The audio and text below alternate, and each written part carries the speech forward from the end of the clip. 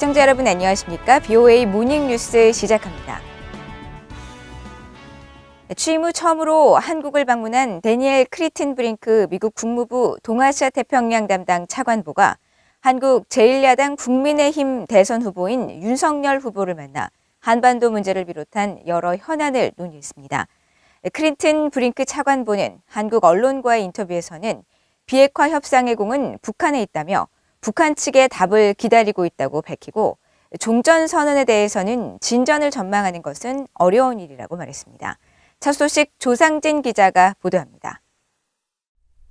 데니엘 크리튼브링크 미국 국무부 동아태 담당 차관보는 12일 한국 제1야당인 국민의힘 윤석열 대선 후보를 만나 자신은 국무부에서 아시아를 담당하면서 지역 동맹의 중요성을 강조해왔다며 미국에 한국보다 더 중요한 동맹은 없다고 말했습니다. 크리튼브링크 차관보는 그러면서 이번 방안을 통해 미한 안보동맹은 철통같이 굳건하다는 것과 함께 양국 협력을 강화해 글로벌 코리아의 위상을 높이고 미한 동맹을 확대할 수 있기를 바란다고 밝혔습니다. 이에 대해 윤 후보는 미국뿐 아니라 한국 입장에서도 안보를 넘어 글로벌한 이슈까지 양국의 확고한 동맹이 더욱 중요한 상황이 됐다고 밝혔습니다. 그러면서 민주주의와 인권의 가치를 공유하는 미국과 함께 이런 가치들을 공유하는 전 세계 국가 간 확실한 연대를 통해 국제적 문제들이 잘 해결되기를 바라고 이에 한국이 적극 참여해야 한다고 강조했습니다. 크리튼브링크 차관보는 이어 이날 한국연합뉴스와 가진 인터뷰에서 북한 문제를 언급하면서 미북 대화 재개와 관련해 공은 북한의 코트에 있다고 생각한다며 북한의 답을 기다리고 있다고 말했습니다. 그러면서 미국은 북한에 적대적 의도가 없다며 우리는 전제 조건 없이 북한과 관여하겠다는 의사를 밝혔지만 현재까지 북한은 이에 응답하지 않고 있다고 덧붙였습니다. 크리튼브링크 차관보는 또 최근 한국 정부가 적극 추진하면서 미한 간 이견이 있는 것으로 알려진 종전선언 문제와 관련해서는 해당 문제의 진전을 전망하는 것은 어려운 일이라고 말했습니다.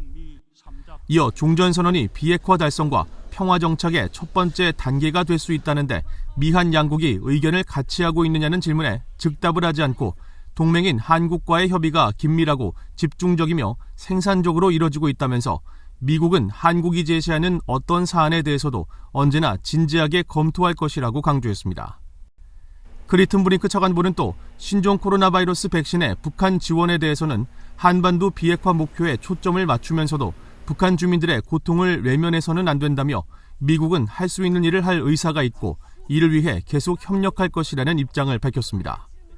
그러나 대북 제재 완화나 미한 연합훈련 중단 등과 관련해서는 북한이 최근 지속하고 있는 미사일 시험에 대응해 유엔 안보리 결의와 이에 따른 제재를 계속 이행할 것이라면서 미한 연합훈련은 오랜 기간 지속되어 온 것으로 순수하게 방어적 성격을 띠고 있으며 한반도와 영내 평화, 안정에 기여한다고 밝혀 북한의 계속된 미한 연합훈련 중단 요구를 일축했습니다. BOA 뉴스 조상진입니다. 미국과 한국은 북한의 미사일 대응 체계를 재점검하고 핵무력 증강에 대응한 핵 공유를 제도화해야 하며 연합훈련의 내실화를 꾀할 필요가 있다는 분석이 제기됐습니다. 한국국가전략연구원은 12일 발표한 국가안보전략 과제 보고서를 통해 미북 비핵화 협상이 교착 국면인 가운데 북한이 핵무력을 강화하고 있어 북핵 위협으로 인한 한반도 안보의 유동성과 불안정성이 악화될 것으로 관측했습니다. 아울러 김정은 정권은 핵무기를 결정적 수단으로 활용해 체제 보장과 대북 제재 해제 등 결정적 이익을 얻으려 할 것이라면서 미국 정부와 한국의 새 정부는 북핵 위협에 대비해 핵 공유를 제도화하고 미사일 대응 체계를 재점검해야 한다고 강조했습니다. 보고서는 또 미한 연합훈련 중단이나 축소로 인한 연합 방위태세 약화가 크게 우려된다면서 미한 양국은 연합훈련의 축소나 중단은 더 이상 없다는 입장을 분명히 밝혀야 하며 대규모 실기동 훈련 제한에 따른 역량 악화를 극복하기 위해 훈련 형태의 다양화와 내실화를 꾀할 필요가 있다고 제안했습니다. 미국 정부가 캄보디아와 연관된 미국 기업들에 대한 주의보를 발령하면서 북한의 불법 활동에 대해서도 주의를 당부했습니다. 북한 대사가 무기 확산에 연루되고 마약과 또 위조 화폐 등을 유통했다는 내용이 명시됐습니다. 함지하 기자의 보도입니다. 미국 국무부와 재무부, 상무부가 10일 미국 기업과 기관들의 캄보디아에서의 사업에 대한 주의를 당부하는 합동주의보를 발표했습니다. 캄보디아 사업체들이 벌이는 각종 인권 침해와 범죄 행위, 부패 문제 등 미국 기업 등이 숙지해야 할 내용들을 명시했는데 특히 캄보디아에서 행해지는 북한 사업도 주의 대상으로 지목했습니다. 주의보는 불법 금융부문 위험 요인은 여전히 캄보디아 내 만연하고 있다면서 구체적으로 북한과 관련된 확산 금융 위험을 포함시켰습니다. 또 지난 2015년 11월 미국 재무부 해외자산통제실로부터 제재를 받았던 당시 미얀마 주재 북한 대사 김석철의 사례도 제시됐습니다. 북한의 무기 확산 노력에 연루됐던 김석철이 캄보디아에서 불법 마약과 위조 지폐를 밀거래하고 불법 도박 서비스를 제공하는 대형 범죄 집단을 이끌었다는 겁니다. 김석철은 미얀마 대사로 근무하면서 제재 대상 기업인 북한의 조선광업개발회사와 미얀마 국방 관련 인사들 간의 접촉을 주선하고 이에 대한 대가를 받는 등의 이유로 당시 재무부의 제재 명단에 오른 인물입니다. 이후 유엔 안보리는 2016년 김석철을 제재 명단에 올렸으며 유럽연합 등도 현재 김 전 대사를 제재 대상자로 관리하고 있습니다. 김석철은 제재 지정 당시에는 불법 행위가 미얀마에 국한돼 있었지만 이번 주의보는 그가 캄보디아에서도 불법 범죄 조직을 이끌었다는 내용을 새로 추가한 겁니다. 북한은 과거에도 여러 차례 마약과 위조 지폐 밀거래 문제에 연루됐다는 지적을 받아왔습니다.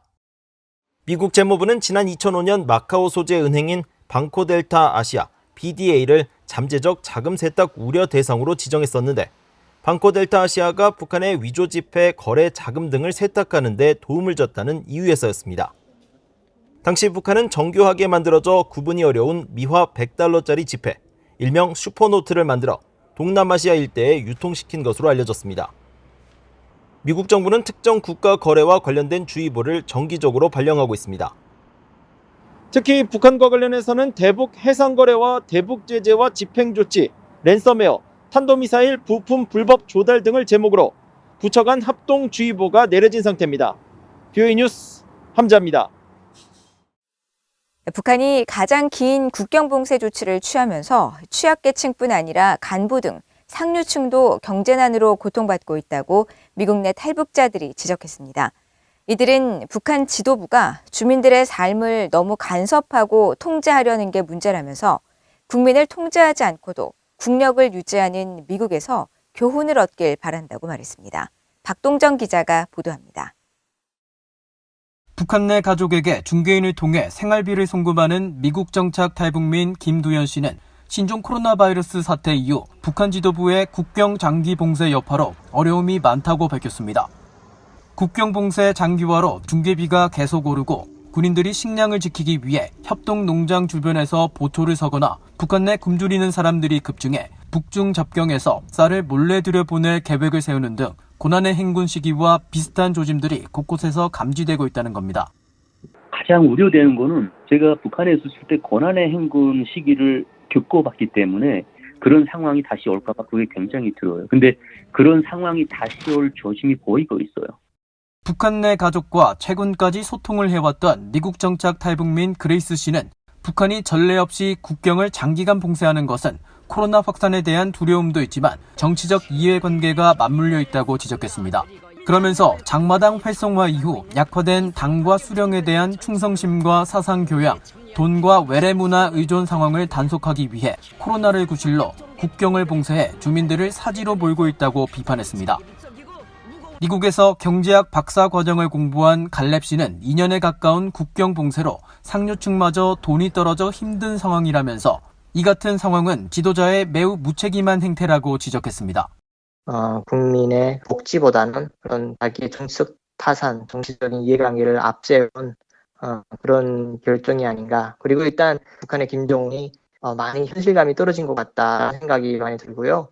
공개적으로는 확진자가 한 명도 하면서 그렇게 다다르는 것은 굉장히 지도자로서 무책임한 그런 자세라고 생각해요.